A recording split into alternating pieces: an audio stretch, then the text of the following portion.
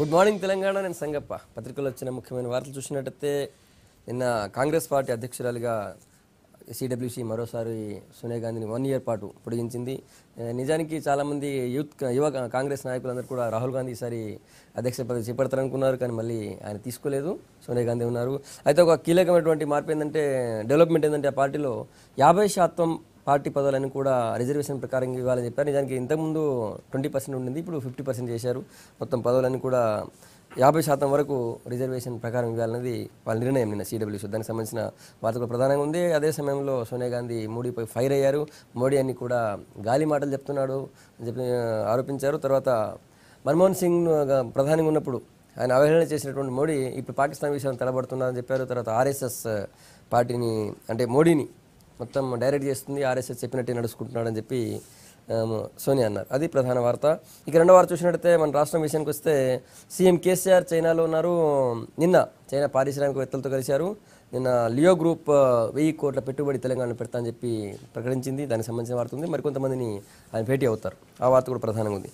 ఆ తర్వాత ఈరోజు తెలంగాణ సాహితీవేత్త, తెలంగాణ గళం కాళోజీ నారాయణరావు 101వ జయంతి, తెలంగాణ భాషా దినోత్సవంగా ప్రభుత్వం ప్రకటించింది. దానికి సంబంధించిన వార్త కూడా ప్రధానంగా ఉంది. ఈ అంశాలపై చర్చించేందుకు స్టూడియోలో టీడీపీ నుంచి రాజారాం యాదవ్ గారు, కాంగ్రెస్ నుంచి ఎమ్మెల్యే రామ్మోహన్ రెడ్డి గారు, బీజేపీ నుంచి ప్రకాష్ రెడ్డి గారు మనతో ఉన్నారు. రైట్, రామ్మోహన్ రెడ్డి గారు, నిన్న సోనియా గాంధీ అధ్యక్ష పదవి మరొకసారి ఏఐసీసీ అధ్యక్ష పదవి పెంచిన తర్వాత ఈ రిజర్వేషన్లకు సంబంధించి ఒకటి మాట్లాడారు. తర్వాత 2-3 చర్చలు. రాహుల్ గాంధీ ఇప్పుడైనా అధ్యక్ష పదవి తీసుకుంటారు, ఇప్పుడు ఇప్పుడు తీసుకోలేదు అంటున్నారు. నిజానికి మీరంతా డిసప్పాయింట్ అయ్యారా?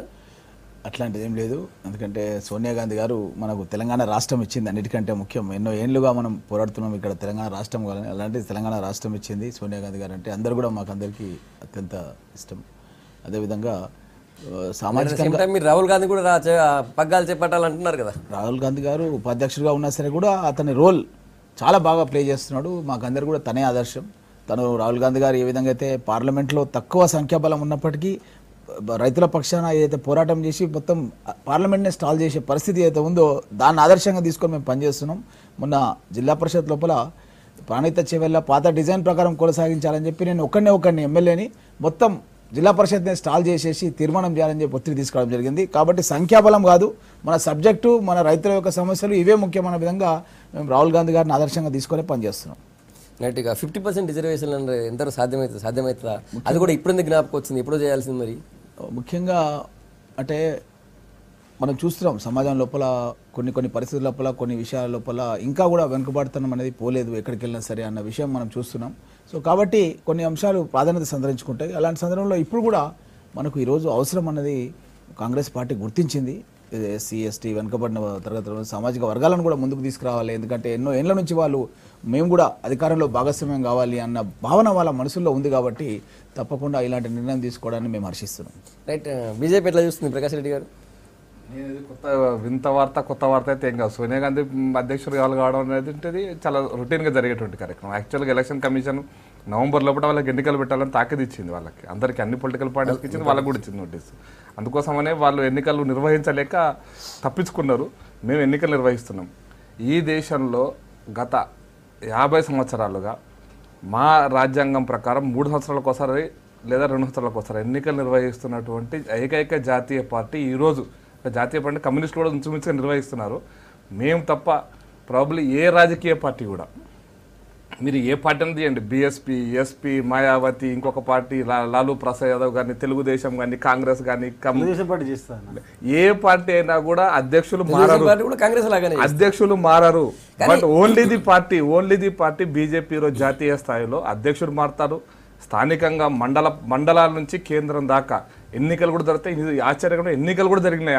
బీజేపీ తెలంగాణలో కూడా జరిగింది, చాలా జిల్లాలో జరిగినాయి, అనేక రాష్ట్రాలు కూడా జరుగుతున్నాయి.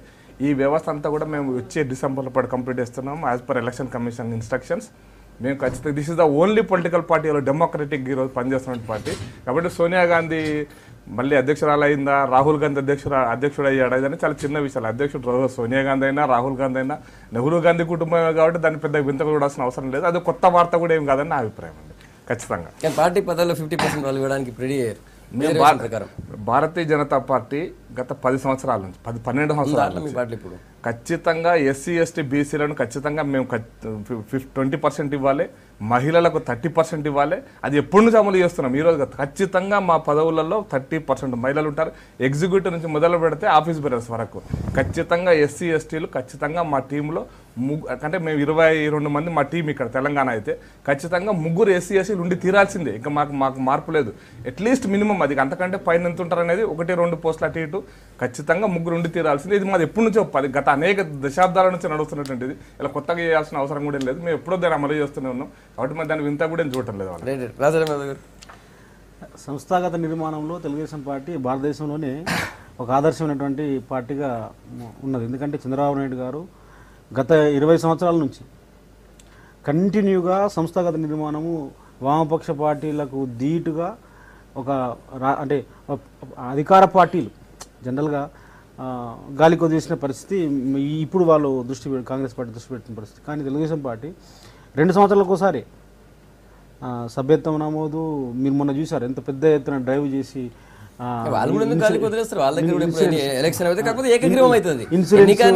ఇన్సూరెన్స్ ని కూడా కార్యకర్తలకి సంక్షేమ నిధి ఏర్పాటు చేసి ఇన్సూరెన్స్ ని కూడా ఏర్పాటు చేసినటువంటి కొత్త సాంప్రదాయం ఈ దేశంలో తెలుగుదేశం పార్టీ చేసింది. సరే కాంగ్రెస్ పార్టీ అంటే ఇప్పుడు మా అన్న మా రామన్ అన్నాడు ఇప్పుడు 50 ఇంతకుముందు 20% ఉండి ఇప్పుడు 50%. ఇప్పుడు అంటే 50-60 సంవత్సరాల తర్వాత ఈ దేశాన్ని మొత్తంగా పాలించింది కాంగ్రెస్ పార్టీ. స్వతంత్రం వచ్చినప్పటి నుంచి ఎక్కువ శాతము ఈ దేశాన్ని రాష్ట్రాల్లో ఉన్నటువంటి పాలన చేసినటువంటి కాంగ్రెస్ పార్టీ ఈరోజు వాళ్ళకు గుర్తు రావడం అంటే మొత్తం అయిపోయిన తర్వాత అంటే కాంగ్రెస్ పార్టీ చేసినటువంటి ఓకే నేనేమంటున్నాంటే కాంగ్రెస్ పార్టీ చరిత్రను చూస్తే గాంధీ ఎప్పుడైతే అంటే కాంగ్రెస్ పార్టీ వచ్చిన తర్వాత గాంధీ నాయకత్వంలో జరిగిన తర్వాత స్వతంత్రోద్యమం జరిగినప్పుడు జనరల్ ఎలైట్ సెక్షన్ ఎవరున్నారు, ఫ్యూడల్స్, టాటా లాంటి వాళ్ళు కొంతమంది ఎవరైతే ఆ రోజు జాతీయ స్థాయిలో ముందున్నటువంటి స్వతంత్రం కావాలని చెప్పేసి కాంక్షించే చదువుకున్నటువంటి వాళ్ళ స్థానంలో ఫ్యూడల్స్ ఉన్నారు. కాంగ్రెస్ పార్టీ ఏం చేసిందంటే అది స్వతంత్రం వచ్చిన తర్వాత కూడా అవే వర్గాలకి కొన్ని రాష్ట్రాలు ఇక్కడ ఇప్పుడు తమిళనాడులో కొన్ని వర్గాలకి, ఆంధ్రప్రదేశ్లో కొన్ని వర్గాలకి, బీహార్లో కొన్ని వర్గాలకి అట్లా సాంప్రదాయంగా అంటే ఫ్రీడమ్ స్ట్రగుల్లో ఉన్న సందర్భంలో సపోర్ట్ చేసినటువంటి వర్గాలకే అధికారాన్ని ఇస్తూ అట్లాగే కంటిన్యూ చేసుకుంటూ వచ్చారు. తర్వాత ఇప్పుడు ఏమైంది వస్తున్న మార్పులకు అనుగుణంగా ఎస్సీలు కానీ ఎస్టీ ఇందిరాగాంధీ ప్రయత్నం చేసింది. కానీ అంతర్గత ప్రజాస్వామ్యం ఉన్నటువంటి పార్టీ ఏకైక పార్టీ కాంగ్రెస్ అంటారు. అది ఈవెన్ బీజేపీ కాదు, ఈవెన్ కమ్యూనిస్ట్ పార్టీ కూడా కాదు. ప్రకాష్ రెడ్డి గారు ఏం చెప్పినా కూడా ఎవరు మాట్లాడని పరిస్థితి ఉంటుంది. కానీ కాంగ్రెస్ పార్టీలో అందరూ ఎవరైనా ఏదైనా మాట్లాడవచ్చు, ఎవరైనా ఏదైనా ప్రశ్నించవచ్చు. సమాధానం చెప్తానన్నా, కాంగ్రెస్ పార్టీకి బీజేపీలో అంతర్గత ప్రజాస్వామ్యం చాలా స్పష్టంగా ఉంటుంది. అయితే బీజేపీ వేదికలలో మాట్లాడుకోవాలి, మీడియాలో కాదు. కాంగ్రెస్ వాళ్ళు మీడియాలో మాట్లాడుతుంటారు, వేదికల రామ్మోహన్ రెడ్డి గారు ఒక నిమిషం, రామ్మోహన్ రెడ్డి గారు మీరు మాట్లాడే ముందు టీఆర్ఎస్ నుంచి ఎర్రల శ్రీనివాస్ గారు చర్చలో పాల్గొన్నారు. రైట్ చెప్పండి. ముఖ్యంగా ప్రపంచంలోనే నేను అనుకుంటా ఒక కుటుంబంలో దేశం గురించి, దేశ రాజకీయాల గురించి ఇన్ని త్యాగాలు చేసిన కుటుంబం ప్రపంచంలో ఎక్కడ లేదు. మనము నెహ్రూ గారి తర్వాత ఇందిరాగాంధీ గారిని చూస్తున్నాం. ఇందిరాగాంధీ గారిని సిక్కు తీవ్రవాదులు ఊచకోతకు గురి చేసి కాల్చి చంపడం జరిగింది. ఆ తర్వాత రాజీవ్ గాంధీ తమిళ ఉగ్రవాదులు బాంబు పెల్చి మానవ బాంబు రూపంలో వచ్చి తనను కాల్చి చంపడం, ఇలాంటి కుటుంబం, ఇలాంటి ఎల్టీటీ తీవ్రవాదులు కాల్చి చంపడం జరిగింది. ఇలాంటి కుటుంబాలు అసలు రాజకీయంగా అటు బీజేపీలో కానీ ఇంకో పార్టీలో ఒక కుటుంబాన్ని మీరు చూపెట్టండి. ఇలాంటి కుటుంబాలు ఎవరైనా ఉన్నారా? దేశం గురించి కుటుంబాలను త్యాగం చేస్తూ ఈరోజు దేశం గురించి పనిచేస్తున్న కుటుంబం రాజకీయంగా అసలు ప్రపంచంలో ఎక్కడ లేదు. కాంగ్రెస్ పార్టీకి నేతృత్వం వహించడం అనేది మాకు గర్వకారణం. గాంధీ ఫ్యామిలీ ఈరోజు దేశానికి కాంగ్రెస్ పార్టీకి ఏదైతే నేతృత్వం వహిస్తున్నారో గర్వకారణం తప్ప వాళ్ళు ఏదో కుటుంబ పాలన ఆ పాలన కాదు. తలుచుకుంటే మన్మోహన్ సింగ్ బదులు తనే సోనియా గాంధీ గారికి ఈరోజు ప్రధానమంత్రి అవుతుంది. భర్త చనిపోయినప్పటికీ కూడా ఒక మంచి వ్యక్తిని రిజర్వ్ బ్యాంక్ ఆఫ్ ఇండియాలో పనిచేసినటువంటి ఆర్థికవేత్తని తీసుకొచ్చి అంతకంటే ముందు పివి నరసింహారావు గారిని మన దేశం నుంచి తెలంగాణ ముద్దుబిడ్డని ప్రధానమంత్రి చేయడం, ఆ తర్వాత 2 పర్యాయాలు కూడా మన్మోహన్ సింగ్ గారిని కొనసాగించడం, దేశంలో ఆర్థిక విధానాలు ఆ విధంగా తీసుకుపోవడం మూలంగానే ఈరోజు ఎన్ని జాబ్స్ కానీ, ఎన్ని ఎంప్లాయ్మెంట్ ఆపర్చునిటీ కానీ, ఈ యొక్క హైటెక్ సిటీ కానీ, ఫైనాన్షియల్ డిస్ట్రిక్ట్ కానీ ఎక్కడికి వెళ్ళినా సరే అసలు నిరుద్యోగ యువతకు ఉపాధి అనేది దొరికిందంటే కాంగ్రెస్ ప్రభుత్వంలోనే, కాంగ్రెస్ వ్యూహరచన మూలంగానే ఈరోజు ఈ విధంగా ఉంది తప్ప లేకపోతే ఆర్థిక వ్యవస్థనే కుప్పకూలిపోయేది. రైట్ శ్రీనివాస్ గారు మీరు ఎలా చూస్తారు? సరే, సోనియా గాంధీ కొన్ని విషయాలలో మనం ఓకే తన ప్రధానమంత్రి పదవి వస్తే కూడా త్యాగం చేసింది ఆ విషయంలోకి. కానీ 50% రిజర్వేషన్ అనేది ప్రభుత్వంలో ఉన్నప్పుడు చేస్తే ఇంకా బాగుండేది. అంటే అలా 20% ఉంది అప్పటికి కూడా, ఉన్నప్పుడు ఇప్పుడు 50% చేసి. అంటే నేనేమంటున్నా, అధికారం కోల్పోయిన తర్వాత చేసినాము అన్నదానికంటే అధికారంలో ఉండి చేస్తే చాలామంది అప్రిషియేట్ చేస్తారు. నేనేమనుకుంటున్నా అంటే మళ్ళీ అధికారంలో రావడానికి ఇది ఒక ప్రాథమిక ఎత్తుగడనేమో నేను అనుకుంటా. కాబట్టి ప్రజలు ఎప్పటికీ గమనిస్తూ ఉంటారు అన్ని విషయాలల్లో. 10 సంవత్సరాల అధికారంలో దళితుని ముఖ్యమంత్రి చేస్తాన కేసీఆర్ ముఖ్యమంత్రి అదే చేసిండా? నేను అదే చేసిండా? చెప్తున్నానే. అధికారంలోకి వచ్చిందిరా చేసిండా? నేను అదే చెప్తున్నా. ఏమే నీకు ఇంకా టికెట్ కూడా ఇవ్వకపోయా? మేమంతా వెయిట్ చేస్తున్నాము, నీకు టికెట్ ఇవ్వాలి వరంగల్ అని. అసలు టికెట్ ఎలక్షన్ ఇవ్వలేదు. రాలేదు. విను, అయ్యో అరే, వినే, నేను ఎలక్షన్ చెప్పేది నోటిఫికేషన్ విను. రాలేదు, నేను కాదండి. ఇష్యూ డైల్యూట్ చేస్తే ఎట్లా? నేను ఏమంటున్నా, ఎవరైనా సరే అధికారంలో ఉన్నప్పుడు దాన్ని పాటిస్తే బాగుంటుందని చెప్తున్నా. అంటే 10 అంటే సంవత్సరాలు కేసీఆర్ కూడా వర్తిస్తాను ఒప్పుకోవాలి. వినండి కేసీఆర్ కూడా వర్తిస్తాను. వినే. అయితే 10 సంవత్సరాలు అధికారంలో ఉండి మీరు చేయలేని పనులు ప్రతిపక్షంలో ఉండి మళ్ళీ అధికారంలోకి రావడానికి ఒక ఎత్తుగడగా చేస్తున్నారనేటువంటి చర్చ జరుగుతూ ఉన్నది. కాబట్టి అనునిత్యం గమనిస్తూ అంటే ఇన్ని సంవత్సరాలు కాంగ్రెస్ పార్టీకి గుర్తుకు రాలేదా? అది ఇప్పుడు 100 సంవత్సరాల పార్టీ అని చెప్పుకున్నటువంటి కాంగ్రెస్ పార్టీ 100 సంవత్సరాలలో ఇది ఎందుకు చేయలేకపోయినారు? అంటే చేయాల్సిన అవసరం ఎంతైనా ఉండే. ఇలా కేసీఆర్ ఎందుకు చేయలేదు అంటే అవతలోళ్ళు చేయలేదని మీరు చేయలేదని, కానీ మీరెందుకు చేయలేదు 100 సంవత్సరాల పార్టీ? అదే అవతలోని మీద నిందలేసే ముందు మనం ఎందుకు చేయలేదని ఆత్మ పరిశీలన చేసుకోవాలి. ఊకే ప్రతిసారి టీఆర్ఎస్ పార్టీ మీద లేకుంటే కేసీఆర్ మీద అంటే అంటే మీ స్థాయిలో మీకు వర్తించదా? రాష్ట్ర స్థాయిలో మీకు ఏమంటున్నే? వర్తిస్తదా? వర్తించదా? 100 సంవత్సరాల పార్టీ 100 సంవత్సరాల వేరద్దు ఈ డొంక తిరుగుడు సమాధానాలు కేసీఆర్ కి ఇది వర్తిస్తదా వర్తించదా రాష్ట్ర స్థాయిలో? ఒకవేళ నువ్వు ఆ మాట మాకు వర్తిస్తా అంటే మీకు కూడా వర్తించాలి. అది ఒక రాజకీయ పార్టీ చేసి ఇంకోటి చేయాలని లేదు, కానీ కాకపోతే మీరు చేశారు. అధికారంలో ఉన్నప్పుడు చేయలేకపోయింది కదా. రాజారావు గారు చెప్తున్నారు 50% రిజర్వేషన్ ఇవ్వడం అనేది మంచి పరిణామమే. You have to welcome. కానీ ఒకటి స్వాగతం ఏం చేయాలంటే ఎస్సీలకు, ఎస్టీలకు, నేను ఏమంటున్నా? మహిళలకు నేను ఏమంటున్నా? నువ్వు స్వాగతం చేసేది పోయి ఇవ్వద్దంటావాను.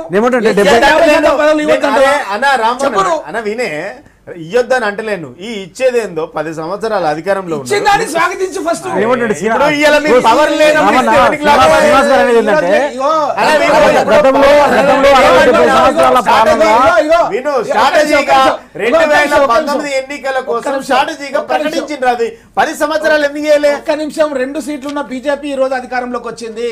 ఈ రోజు అరే మీరు కూడా అధికారంలోకి వస్తుంది. రేపు పొద్దుగాల ఎస్సీ ఎస్టీలు మహిళలు కూడా భాగస్వామ్యం ఒకటి ఏమంటున్నారంటే కానీ స్వాగతించాలి. ఇప్పుడు ఈ నేనేమంటున్నా? విషయాన్ని స్వాగతించాలి. అన్న, నేను స్వాగతిస్తున్నా. ఇది నేనేమంటున్నా? 2019 ఎన్నికల్లో అవన్నీ వేరే విషయాలు. 2019 స్వాగతించాలి. మంచి చేస్తే ఎవరైనా స్వాగతిస్తారు. కానీ నేనేమంటున్నా, ఈ 10 సంవత్సరాల అధికారంలో ఉన్నప్పుడు ఈ 50%, 40%, 30% ఇస్తే ఎస్సీ ఎస్టీ బీసీలు ఇంకా ముందుకు పోయే అవకాశం ఉండే. ఇలా ప్రతిపక్షంలో ఉన్నారు 2019 దాకా మీకు పనే లేదు. ఇలా అవి ఎవరికి ప్రయోజనం?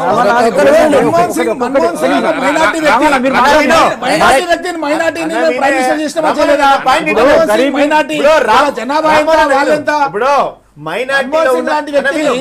మన్మోహన్ సింగ్ లాంటి నాయకుడిని నేను చెప్పని ప్రధానమంత్రి చేసిండ్రు.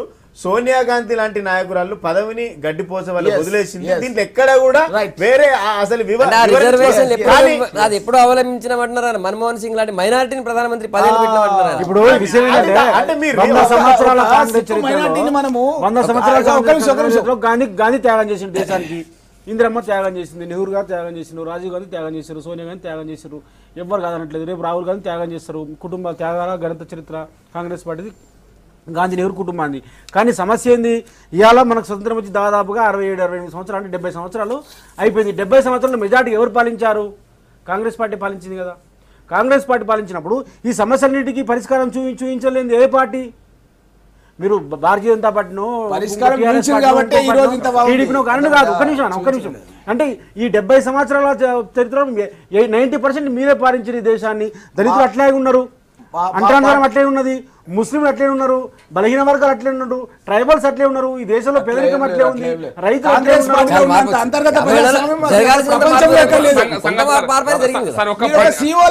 నడిపించుకుంటా మీరు టీడీపీ పార్టీ మీరు వేదాంతాలు మాట్లాడితే ఎట్లా? 30 సెకండ్లో చెప్తాను సార్. 1967 తర్వాత కాంగ్రెస్ పార్టీ అయితే కామరాజ్ నాడర్ యొక్క ఫార్ములాను తప్పిందా బట్టే అప్పటి నుంచి సంస్థాగతంగా పార్టీ పూర్తిగా దిగజారింది. ఈ దేశంలో సభ్యత్వం అనేది వాళ్ళ నామకే భాష తప్పిస్తే వాళ్ళ ఇంటి పాలన తప్ప ఇంకో ఈ దేశంలో లేనటువంటి విషయాన్ని ఇంటి పాలన ఎట్లా చెప్తారని అడుగుతున్నారు. అందుకోసం మన్మోహన్ సింగ్ ప్రధానమంత్రి చేసింది, మైనారిటీ పివి నరసింహారావు వ్యక్తిని ప్రధానమంత్రి చేసింది. స్టేట్మెంట్ మొత్తం ఇంటి పాలన ఎట్లా అవుతుందంట సార్ నా స్టేట్మెంట్ మొత్తం ఉంటుంది సార్. ఇప్పటిదాకా కాంగ్రెస్ ఒక ఎక్సెప్ట్ సీతారాం కేసరి పివి నరసింహారావు కాలంలో సోనియా గాంధీ ముందుకు రాలేదు తప్పిస్తే ఇప్పటిదాకా వారి కుటుంబం తప్ప ఈ దేశం యొక్క కాంగ్రెస్ పార్టీ అధ్యక్షత వేరే వాళ్ళు వహించలేదు. సంస్థాగతంగా వాళ్ళ పార్టీ బలహీనమైంది కాబట్టి ఈరోజు వాళ్ళ పరిస్థితి మీరు గ్రాఫ్ తీయండి. 67 నుంచి ఇప్పటిదాకా ఓటింగ్ పర్సెంటేజ్ తగ్గుతూ వచ్చింది ఎక్సెప్ట్ ఇందిరాగాంధీ మర్డర్ కేసు తప్పిస్తే ఇంకోటి కాదు. నెంబర్ 1. నెంబర్ 2 త్యాగం చేస్తామంటున్నారు. మా జనసంఘం పార్టీ మా స్ఫూర్తిదాత దీన్ దయాళ్ ఉపాధ్యాయుని ఎక్కడ చనిపోయాడంటే త్యాగం చేయలేదా, చంపలేదా, చంపబడలేదా, ఇది రైల్వే స్టేషన్ చంపబడలేదా, ఇది ఇది ఇది ఎవరు ఇది ఏం త్యాగం అంటారా, దాన్ని ఇంకేమన్నారు, దాన్ని త్యాగం అన్నారు. వాళ్ళు చేస్తే త్యాగం, ఇంకోటి చేస్తే త్యాగం కాదా, ఇది కూడా వాళ్ళు గుర్తుపెట్టుకోవాలి. రెండో అంశం సార్. మూడో అంశం చెప్తున్నారంటే భారతీయ జనతా పార్టీ ఈ రోజున ప్రపంచంలో మీరు పేపర్ మెంబర్షిప్ ఇవ్వచ్చు, మాది ఆన్లైన్ లో రికార్డు, అడ్రస్, ఫోన్ నెంబర్ తో సహా.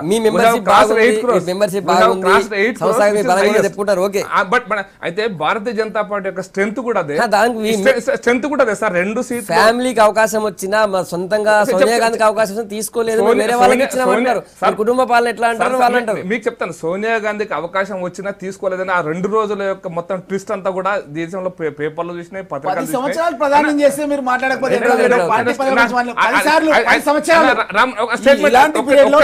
ఒక మైనార్టీ వ్యక్తిని, మన్మోహన్ సింగ్ ను, ఆర్థికవేత్తను, ఒక విద్యావేత్తను స్టేట్మెంట్ కంప్లీట్ చేస్తారా సార్? సీతారాం సార్, మీరు ఈ దేశంలో మైనారిటీ ప్రధానమంత్రిని చేసినామని చెప్పుకుంటున్నారు కదా. ఈ దేశంలో నేను అందుకోసం ఆ మధ్య జయంత్ రెడ్డిని ఒక ఆర్టికల్ రాశాడు ఒక 15 ఏళ్ల కింద. రాజశేఖర రెడ్డి నుంచి మొదలు పెడితే దేశంలో 6 మైనారిటీ ప్రధానమంత్రి, మైనారిటీ అపోజిషన్ లీడర్. ఒకవేళ అద్వానీ గారు కూడా విదేశీ మన సింధియా అనుకుంటే మైనారిటీ అపోజిషన్ లీడర్, 6 మైనారిటీ ముఖ్యమంత్రులు, రాష్ట్రపతి మన అబ్దుల్ కలాం గారు ఉంది. ఆ విధంగా మొత్తం దేశాన్ని మైనార్టీలు పరిపాలిస్తున్న రోజుల్లో ఒక మీరు 1947లో నెహ్రూ గారి పదవి వద్దనుకుంటే జిన్నా గారిని ప్రధానమంత్రి చేసింటే అసలు దేశం పార్టీషన్ ఉండేది కాదు. మరిగా అది కూడా ఒక అటువంటి చర్చ కూడా జరిగింది, ఆర్టికల్స్ వచ్చాయి అటువంటి చర్చ.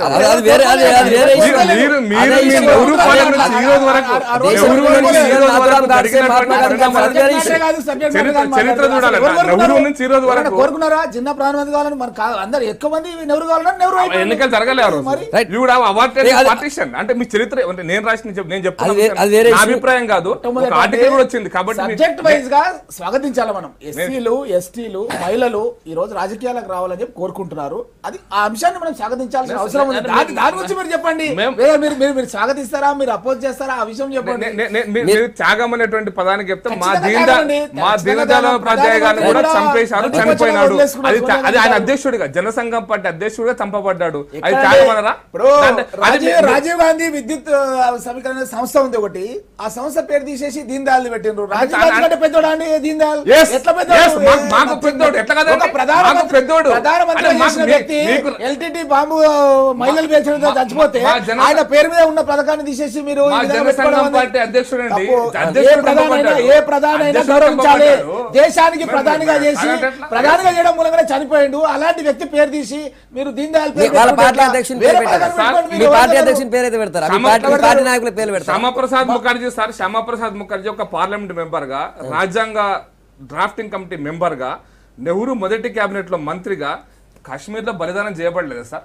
కాశ్మీర్ లో ఎవరు చంపేశారు? ప్రధాని స్థాయిలో ఒక వ్యక్తిని హత్య చేస్తే ఇంకో పథకాన్ని పెట్టుకోండి మీరు. రాజీవ్ గాంధీ గ్రామీణ విద్యుదీకరణ సంస్థకి ఆ పేరు తీసేసి మీరు దీన్ దయాళ్ గ్రామీణ విద్యుదీకరణ సంస్థ పెట్టడం.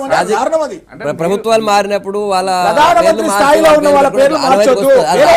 ప్రధానమంత్రి అంటే ముఖ్యమంత్రి పేరు మార్చుకోవచ్చు సార్. మీరు ఎయిర్పోర్ట్ కి మీరు ముఖ్యమంత్రి పేరు మార్చుకోలేదు sir. N T Rama Rao domestic airport ఉంటే దాన్ని తీసి స్టేట్ టర్మినల్. ఇప్పుడు పేర్లు మార్చినప్పుడు మీరు అందుకోసం అనేది త్యాగాలంటే మా శ్యామప్రసాద్ ముఖర్జీ త్యాగం చేశాడు, మా దీన్ దయాళ్ ఉపాధ్యాయ చంపబడ్డాడు. ఇవి త్యాగాలు కాదు. మీరు పెట్టుకొని చచ్చిపోయే త్యాగం అంటే దానికి అర్థం లేదు. అటల్జీ మంచి వ్యక్తి అని అందరిలో భావన ఉంది. అలాంటి వ్యక్తులకు కూడా రేపు పొద్దుగల పేర్లు తీసేసే పరిస్థితులు వస్తాయి కాబట్టి చాలా తీసేశారు. అటువంటిది ఏం లేదు. కానీ ఎర్రల శ్రీనివాస్ గారు, మీ సీఎం, మన సీఎం చైనా వెళ్ళారు. 1000 కోట్ల పెట్టుబడులు ఈరోజు నిన్న లియో గ్రూప్ చెప్పింది. సో ఇంకా ఎక్కువ వచ్చే అవకాశం ఉందంటారా? ఏం ఎక్స్పెక్ట్ చేస్తున్నారు చైనా టూర్ నుంచి మీరు? చైనా టూర్ నుంచి తెలంగాణ రాష్ట్రం కొత్తగా విడిపోయి మనం కొత్త రాష్ట్రం ఏర్పడింది కాబట్టి ఆంధ్ర నుంచి విడిపోయి తెలంగాణ రాష్ట్రానికి పెట్టుబడులను ఆకర్షించి భారతదేశంలో ఒక నెంబర్ 1 రాష్ట్రంగా నిలబెట్టాలి. అంటే మనము ఆంధ్ర నుంచి విడిపోయినాక తెలంగాణ రాష్ట్రం పూర్తిగా వెనకబాటుతనానికి గురి అయిందనేటువంటి ఆంధ్ర ప్రాంత నాయకులు కానీ ఆంధ్ర ప్రాంతానికి సంబంధించినటువంటి పార్టీలు కూడా విమర్శించే అవకాశం ఉంటుంది. కాబట్టి భారతదేశంలో అంటే గుజరాత్ను మించే స్థాయిలో ఈ రాష్ట్రము నిలబెట్టాలి, పెట్టుబడులను ఆకర్షించాలి అనే ఇంకా ఈ ప్రాంతాన్ని నెంబర్ 1 స్థానంలో నిలబెట్టాలని ఈ రాష్ట్ర ముఖ్యమంత్రి గారి యొక్క ఆలోచన విధానం. దాంట్లో భాగంగానే చైనాకి వెళ్ళినటువంటి టూర్ సందర్భంగా కూడా మన అక్కడ ఉన్నటువంటి పెట్టుబడులను కూడా హైదరాబాద్కు రండి, పెట్టుబడులు పెట్టండి అనేది కూడా అదే ఆకాంక్షగా గుర్తిస్తూ ఉన్నాం. రైట్. రాజారామ్ యాదవ్ గారు మీరు ఎట్లా చూస్తారు? సీఎం టూర్ రాష్ట్రానికి ఏ విధంగా? ఆల్రెడీ కేసీఆర్ గారు చాలా సందర్భంలో చెప్పారు, గుజరాత్ తర్వాత నెంబర్ 1 ధనిక రాష్ట్రం, సంపన్న వర్గ రాష్ట్రం, అసలు ఈ దేశంలోనే చెందినటువంటి రాష్ట్రం అని చెప్పారు. నూతన పారిశ్రామిక విధానం, సింగిల్ విండోను, అంతకుముందు విండోలు ఉండి మేము ఊచలు కూడా తీసి పడేసినాం, మొత్తం బార్లా తెరిచినాం, ఓపెన్ డోర్, అన్ని బ్రహ్మాండంగా అన్ని చాలా కంపెనీస్ తోటి కూడా మాట్లాడినటువంటి చాలా దేశాలు కూడా వచ్చినట్టున్నారు మాట్లాడిన సందర్భం. కానీ సందర్భం రైతులు రోజు 10 మంది 20 మంది రోజు ఆత్మహత్యలు చేసుకుంటే ఒక గ్రామంలో నేను బీజేపీ వాళ్ళు చెప్తా ఉంటే అంటే మనకు వాస్తవంగా క్షేత్రస్థాయిలో జరుగుతున్న పరిస్థితి ఇంత దారుణంగా ఉందని కూడా మనకు తెలియని పరిస్థితి. 34 మంది ఒకటే గ్రామంలో రైతులు ఆత్మహత్య చేసుకుంటున్న పరిస్థితి, వాళ్ళకు స్వాంతన ఇవ్వాల్సిన పరిస్థితి, బ్యాంకర్లు ఇబ్బంది పెడుతున్న పరిస్థితి, రుణమాఫీ ఏమాత్రం కూడా జరిపోయిన పరిస్థితి, గత సంవత్సరం ఇచ్చినటువంటి రుణమాఫీ వడ్డీకి ఏరిపోలేదు, ఈరోజు వాళ్ళు రుణాలు ఇవ్వట్లేదు, బ్యాంకర్లను కూర్చోబెట్టి సమీక్ష చేసి అసలు ఎట్లా చేస్తున్నారు కదా. మొన్నటి నుంచి already Pocharam Srinivas Reddy SLBC meeting పెట్టి మాట్లాడారు, ఆ రోజు కూడా చెప్పారు. ముఖ్యమంత్రి గారికి ఇంతకంటే ఇంపార్టెంట్ అంశం ఇంకేముంటుంది దేశంలో? రైతులు దేశంలో ఎక్కడ లేని విధంగా దేశంలో ఎక్కడ లేని విధంగా రైతులు చనిపోతా ఉంటే ఇలా నువ్వు చైనా పర్యటనకు పోయి పెట్టుబడులు తీసుకొస్తున్నావు, 1000 కోట్లను 10,000 కోట్లను సంతోషమే.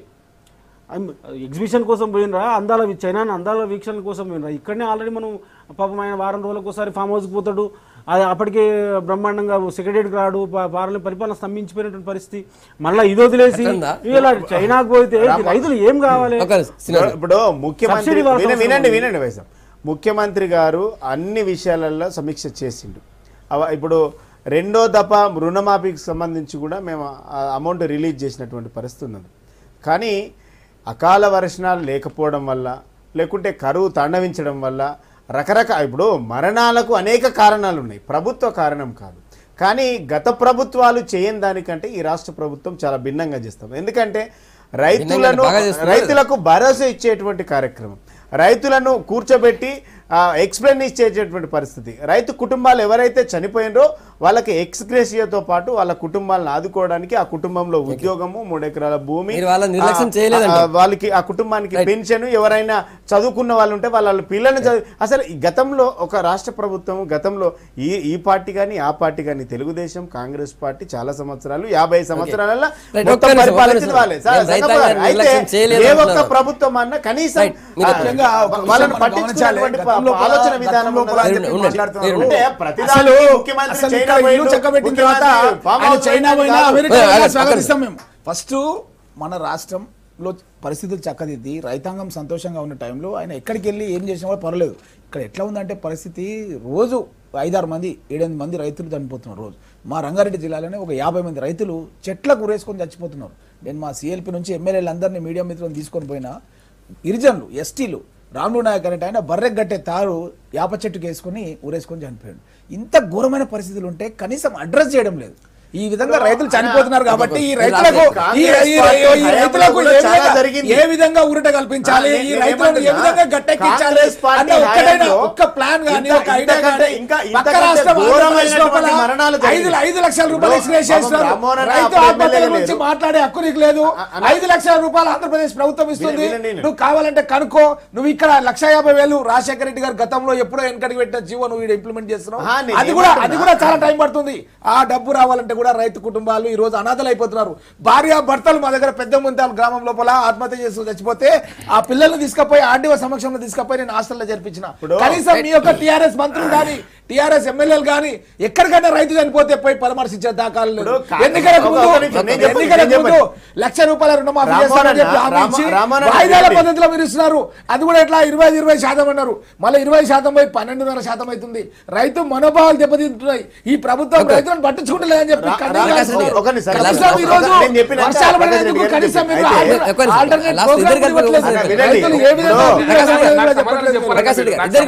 చెప్పాలి సార్. మీ సంగప్ప గారు ఇదివరకు ఒక రోజు మన ఒక 3 నెలల కింద చర్చ కోసం నేను వచ్చినాను ఇక్కడికి. అదే రోజు అది ఒక రివ్యూ మీటింగ్ కేసీఆర్ గారు చేసింది వ్యవసాయం విషయంలో. అది విత్తనాల గురించి ఆ రోజు విత్తనాల హబ్ చేస్తానని చెప్పి ఆ రివ్యూ మీటింగ్లో ఆయన కంక్లూజన్ 6 గంటల వ్యవసాయం మీద సమీక్ష చేస్తే ఆ రోజు మనం కూడా చర్చించిన విత్తనాల హబ్ తయారు చేయడంలో ఎంతవరకు అవకాశం ఉంది లేదనే విషయం కూడా మీ ఛానల్లోనే చాలా తీవ్రంగా డిస్కస్ చేయడం జరిగింది ఆ రోజు.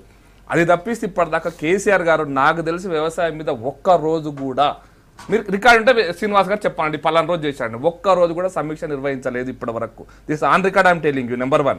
నెంబర్ 2, పోచారం శ్రీనివాసరెడ్డి గారు మొన్న రాజేందర్ గారు మొన్న ఫస్ట్ టైం SLBC మీటింగ్ పెట్టి మన లీడ్ బ్యాంకుకు చెప్పిన విషయం ఏంటంటే మీరు ఇంట్రెస్ట్ కలెక్ట్ చేయొద్దంటే తిట్టినాడు. వాళ్ళు నిన్న MD state bank of Hyderabad చెప్పిన విషయం ఏంటంటే మీరు ఇంట్రెస్ట్ కలెక్ట్ చేయొద్దండి కానీ అప్పులంటే రీషెడ్యూల్ చేయండి అన్నాడు. మాఫీ గురించి మాట్లాడలేదు, రీషెడ్యూల్ చేయండి అన్నాడు. అంటే రైతులు రుణవిముక్తి జరగట్లేదు, రుణవిముక్తి జరగడం, మీ ఇంట్రెస్ట్ మాత్రం కలెక్ట్ చేయొద్దని చెప్పారు నిన్న స్టేట్మెంట్ వీళ్ళ రివ్యూ తర్వాత. దీన్ని అంటే రుణమాఫీ చేసుకున్న రైతులను కూడా ఇబ్బంది పెట్టారు, రుణమాఫీ విషయంలో కూడా రైతులను ఇబ్బంది పెట్టదని కూడా చెప్పారు. ఇబ్బంది పెట్టారు. But state bank of Hyderabad MD ఏం చెప్పారు, MD ఇన్స్ట్రక్షన్స్ ఏంటంటే మీరు రీషెడ్యూల్ మాత్రమే చేయండి, రుణమాఫీ అనేది ఇంకా మీరు రైతు రుణవిముక్తి అని చెప్పడానికి అవకాశం లేదన్నాడు. మేమనేది ఏంటంటే మీరు ఎన్నికల మేనిఫెస్టోలో ప్రామిస్ చేశారు, చాలా స్పష్టంగా చెప్పారు. ఒక నిమిషం అన్న, మీరు ₹1,00,000 రుణమాఫీ చేస్తామన్నారు. నేను సలహా కూడా ఇస్తున్నాను, సజెషన్ కూడా ఇస్తున్నాను. ఆత్మహత్యలన్నిటి కూడా ఈ ₹1,00,000 రుణమాఫీ కారణం కాదు. అలా ఈ ఆత్మహత్యలు 1 year లో జరిగిన అప్పుల కారణం ఒక్కటే. ఇది ఒక అంశం మాత్రమే రుణమాఫీ అనేది, ఇంకా చాలా అంశాలు ఉన్నాయి. కరువు ఉండొచ్చు, కరువుకి సంబంధించినటువంటి కంటింజెన్సీ ఏదైతే కంటింజెన్సీ ప్లాన్ చేయాలనో, సపోజ్ జూన్లో వర్షాలు పడితే జూలైలో కరువు వస్తే ఏం చేయాలి, సెప్టెంబర్ 1st వీక్లో వర్షాలు పడితే ఏం చేయాలి, అక్టోబర్ 1st వీక్లో వర్షాలు పడితే ఏం చేయాలి. మన తెలంగాణలో మీకు ఒక సామెత చెప్తాను సార్, ఉత్తర చూసి ఎత్తున గంప అన్నారు. అంటే వెనకటికి ఉత్తర కట్ట చూసిన తర్వాత ఇక వానలు పడకపోతే గంప ఎత్తుకొని పరాయి దేశం పోయి ఏదో బతకడానికి పోవాలండి. ఆ ఉత్తర కట్ట వచ్చింది ఇప్పుడు. అంటే ఉత్తరాఖండ్లో వర్షాలు పడితే రాగులు తైదలు వేసుకునేది. అంటే మీకు ఎందుకు చెప్తానంటే తెలంగాణ భౌగోళిక పరిస్థితి దృష్ట్యా తెలంగాణ వ్యవసాయం ఏ విధంగా చేయాలనేటువంటిది కంటింజెన్సీ ప్లాన్ ఎప్పటికప్పుడు వారం సమీక్షించాలి. వ్యవసాయ శాఖ మంత్రి సమీక్షించాలి, ముఖ్యమంత్రి సమీక్షించాలి. ఇవి రెండూ చేయడం లేదనేది మా ఆరోపణ. నా సజెషన్ కూడా ఏంటంటే మీరు మిగతా కార్యక్రమాలు మిషన్ కాకతీయతో ఇప్పుడు వచ్చేది ఏం లేదు. ఇప్పుడు ఎందుకంటే వచ్చే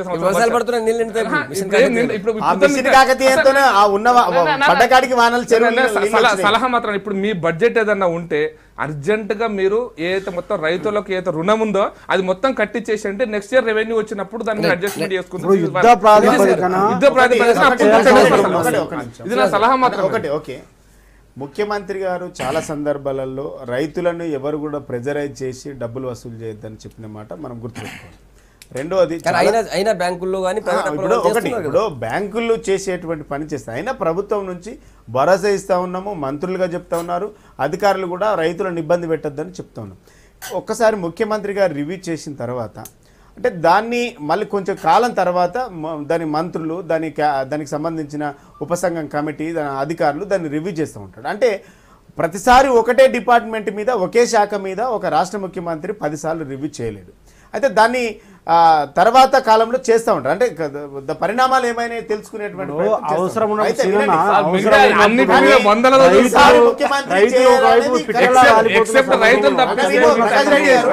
కుటుంబాలన్నీ ఆగమవుతున్న సందర్భంలో రాజరామ్ గారు వినండి, నేను మాట్లాడినప్పుడు మీరు మాట్లాడండి. మీకు యాడ్ చేశారు, 2-3 సార్లు నిర్వహిస్తుంది, 10 సార్లు నిర్వహిస్తే తప్పేదంటారు. నిర్వహిస్తా ఉన్నాడు, దాన్ని సమీక్షిస్తా ఉన్నాడు. అయితే కానీ ముఖ్యమంత్రి గారు ఎక్కడ చెప్పలేదు, దానికి సంబంధించిన శాఖ మంత్రి ఎక్కడ చెప్పారంటే రోజు చెప్తూనే ఉన్నాడు. పోచారం శ్రీనివాసరెడ్డి గారు రోజు సమీక్ష చేస్తూనే ఉన్నారు, వారానికి ఒకసారి. అయితే ఇక్కడ జరుగుతున్నటువంటి పరిస్థితులు ఏంటంటే రుణమాఫీకి రైతులు చనిపోవడం లేదు. అయితే కరువు తాండవించడం ఈ రాష్ట్రంలో కదా పక్క రాష్ట్రంలో కూడా ఉన్నది. అది కూడా గుర్తుపెట్టుకోవాలి. 5 లక్షలు ఎక్స్‌క్రేజ్ చేస్తున్నారు రైతు చనిపోతే, ఇక్కడ ఎందుకు ఇవ్వడం లేదంటున్నాను. సార్, ఆంధ్రప్రదేశ్ రాష్ట్రంలో 5 లక్షలు ఇస్తున్నారు. అయితే సార్, మీరు ఒక్క రాష్ట్రంలో కూడా ఉంది. ఆంధ్రప్రదేశ్లో 5 లక్షలు ఇస్తున్నారు. రైతు చనిపోతే మీరు ఎందుకు ఇవ్వడం లేదు? వర్షాలు పడకపో వినండి, మేము ఆ రైతు కుటుంబాన్ని చనిపోతే 5 లక్షలు ఇస్తున్నారు ఆంధ్రప్రదేశ్లో, మీరు ఎందుకు ఇవ్వడం లేదు? స్టేట్‌గా చెప్పండి దానికి. అన్న 5 వినండి, లక్షలు ఇస్తున్నారు, మీరు ఓకే, రామారెడ్డి గారు. కుటుంబంలో ఒక ఉద్యోగం ఇస్తున్నాం, ఆ కుటుంబానికి 3 ఎకరాల భూమి ఇస్తున్నాం, ఆ కుటుంబంలో ఎవరన్నా పిల్లలు ఉంటే కనీసం వాళ్ళకి పరమాణు ఉద్యోగం లేదు, ఇవ్వండి. ఉద్యోగం మరి ఇవ్వలేదు, పక్క రాష్ట్రం ఉద్యోగం ఇచ్చేస్తుంది. ఇవ్వలేదు, ఇది చేస్తున్నా, మరి పక్క రాష్ట్రం ఉద్యోగం ఇవ్వలేదు, భూమి ఇవ్వలేదు, అరే, లక్షలు ఇస్తున్నారు. మా కాన్స్టిట్యూన్సీ తీసుకెళ్ళి చూపిస్తా, ఉద్యోగం ఇవ్వలేదు, భూమి ఇవ్వలేదు. పక్క రాష్ట్రం మరి ఇది ఇస్తుందా? ఇవ్వడం లేదు అంటున్నాను. పక్క రాష్ట్రం ఇది ఇస్తుందా? ఇది కూడా ఇవ్వడం లేదు, మీరు ఇవ్వడం లేదు అంటున్నాను. అందుకనే అన్న వినండి, భూమి ఇవ్వడం లేదు, ఓ, ఉద్యోగం ఇవ్వడం లేదు. రామారెడ్డి గారు, రామారెడ్డి గారు ఉన్నప్పుడు 1,50,000 ఒకటి సంగప్ప గారు, కాంగ్రెస్ పార్టీకి రైతుల గురించి మాట్లాడే నైతిక హక్కు అసలు ఉందా? లక్ష రూపాయలు వినండి, కాంగ్రెస్ పార్టీకి కాంగ్రెస్ రైతుల పార్టీ గురించి మాట్లాడే లక్ష రూపాయలు రైతుల సాగుల దగ్గర పోయేటువంటి నైతిక హక్కు ఉందా? లక్ష రూపాయలు ఈ కాలంలోనే కాంగ్రెస్ 2,500 మంది లక్ష రైతులు రూపాయలు రుణమాఫీ చేసింది కాంగ్రెస్ పార్టీ. వేరే వాళ్ళు కానీ దేశం మొత్తం మీద కాంగ్రెస్ పార్టీ లక్ష రూపాయలు రుణమాఫీ చేసింది. నేను మాట్లాడలేదు, మాట్లాడాను. అదే చెప్తున్నా, కాంగ్రెస్ పార్టీ ఒక్కటే దేశం మొత్తం మీద లక్ష రూపాయలు రుణమాఫీ కప్పుపుచ్చుకోవడానికి, మీ తప్పులు కప్పుపుచ్చుకోవడానికి మీరు చేస్తున్నటువంటి రామారెడ్డి గారు, ఇంకేదో అన్నట్టు నీది అన్న వినే, పరిపాలన చేయడానికి రావడం లేదు మీకు. ఒక్క నిమిషం. వినండి, ఆడ అక్కడ వినండి. ఆంధ్రప్రదేశ్ 5 లక్షలు ఇస్తే రైతు చనిపోతే నేను మీరు ఇవ్వడం లేదు. మాట్లాడుతున్నాను. మేము 1,00,000 రూపాయలు రుణమాఫీ చేస్తే మీరు చేయడం లేదు. ఒక నిమిషం. కేవలం వినండి, 90% విను. మాత్రమే రామారెడ్డి గారు, మీరు చెప్పారు. పక్క రామారెడ్డి గారు, రాష్ట్రంలో మీరు మీరు చెప్పారు, సర్టిఫికేట్ మీరు ఆగండి. మేమేం మీరు ఆగండి. చేయలేదు. వాళ్ళు ఇస్తున్నారు కదా, అయితే ఇస్తున్నారు కదా. కాంగ్రెస్ విను, మేము ఇచ్చినటువంటి ఏవైతే రైతు కుటుంబాన్ని ఆదుకోవడానికి ఏమైతే పెట్టినామో పరామర్శించడానికి అవి కూడా ఆమోదం ఆయన చెప్పండి, కానీ ఆయన చెప్పండి. కాంగ్రెస్ పార్టీ రైతుల దగ్గర పోయి ఇలా చెట్టుకు తాడేసుకుని ఊరేసుకున్నాడు, వేప చెట్టుకు వేసుకున్నాడు, ఇలా కుటుంబంలో వేసుకున్నాడు అని చెప్పడం చాలా బాధాకరమైనటువంటి. కాంగ్రెస్ పార్టీలో 10 సంవత్సరాలలో ఎన్ని చావులు వినండి, ఎన్ని చావులు చనిపోయింది? ఒక్కనాడన్నా మంత్రిగా ఎమ్మెల్యేగా చెప్పండి. కాంగ్రెస్ పార్టీ అధికారంలో ఉన్న రైతులను ఎందుకు విమర్శించలేదు? కనీసం రైతు సమీక్షలు ఎందుకు చేయలేదు? రైతులను ఆదుకుంటామని భరోసా ఎందుకు ఇవ్వలేదు? ఇవన్నిటికి సమాధానం చెప్పండి. ఇలా అధికారం కోల్పోయినాక రైతుల దగ్గర పోవడము, రైతులను ఆదుకుంటామని ప్రబలంగా ఎవరు చేశారు దేశంలో? కాంగ్రెస్ పార్టీ ఒకటే చేసింది. మీ పాలన ఎన్ని కుటుంబాలు ఆత్మహత్యలు చేసుకున్నాయి? ఎంతమంది ఆత్మహత్యలు చేసుకున్నారు? తెలుగుదేశం పార్టీ, కాంగ్రెస్ పార్టీ రైతుల ఆత్మహత్యలకు కారకులు తెలుగుదేశం కాంగ్రెస్ పార్టీ నాయకులే. ఇలా అధికారం కోల్పోయినాక ప్రజలను భ్రమలలో పెట్టడానికి మేము కండువాలు వేసుకొని పోయి మీడియాల కోసం, పేపర్ల కోసం ఇవన్నీ కరెక్ట్ కాదు. ఇలా ఎవరు చేయని ప్రామిసులు, ఎవరు చేయని సమీక్షలు, ఎవరు ఈ రాష్ట్ర ప్రభుత్వం ఇస్తా ఉన్నది. సమాధానం చెప్పాలి శ్రీనివాస్ గారు. ఒకటి, కాంగ్రెస్ ప్రభుత్వ కాలంలో ఏదైతే మైక్రో ఫైనాన్స్ బిల్లు తీసుకొచ్చింది ఆంధ్రప్రదేశ్ అసెంబ్లీలో, ఆ మైక్రో ఫైనాన్స్ వల్ల చాలా మంది గ్రామాల రైతులు కానీ రైతు కూలీలు కానీ ఆత్మహత్యలు చేసుకున్న పరిస్థితి నుంచి కొంత చట్టం తీసుకొచ్చి కొంత పకడ్బందీ అమలు చేస్తే ఈరోజు టీఆర్ఎస్ పార్టీ దాన్ని మళ్ళీ ఫ్లెక్సిబుల్గా ఈ రోజున గ్రామాలలో మళ్ళీ మైక్రో ఫైనాన్స్ యొక్క విచ్చలవిడితనం మళ్ళీ పెరిగిపోతుంది. దీన్ని ఆపే ప్రయత్నం కాంగ్రెస్ టీఆర్ఎస్ ఎందుకు చేయట్లేదు? నెంబర్ 1. గత సంవత్సరం కానీ ఈ సంవత్సరం కానీ అనధికారికంగా జరుగుతుంది, అధికారికంగా వాళ్ళే అమలు చేయట్లేదు.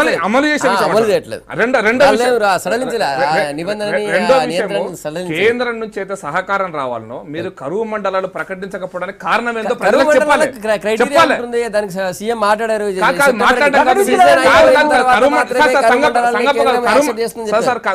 కరువు మండలాలు ప్రకటిస్తే కేంద్రం నుంచి అయితే నిధులు రావాలి. ఉదాహరణకి మీరు 60% నష్టపోయింది ఇదివరకు కాంగ్రెస్ ప్రభుత్వం. మా అభిప్రాయం ప్రజలకు చెప్పాలి. ఇప్పుడు కరువు మండలాలను సమీక్ష చేస్తా ఉన్నది. కాంగ్రెస్ పార్టీ 10 సంవత్సరాలు ముఖ్యమంత్రి గ్రామజ్యోతి కార్యక్రమంలో ఎవరు ఆత్మహత్య చేసుకోవద్దని చెప్పింది. మళ్ళీ కలుద్దాం.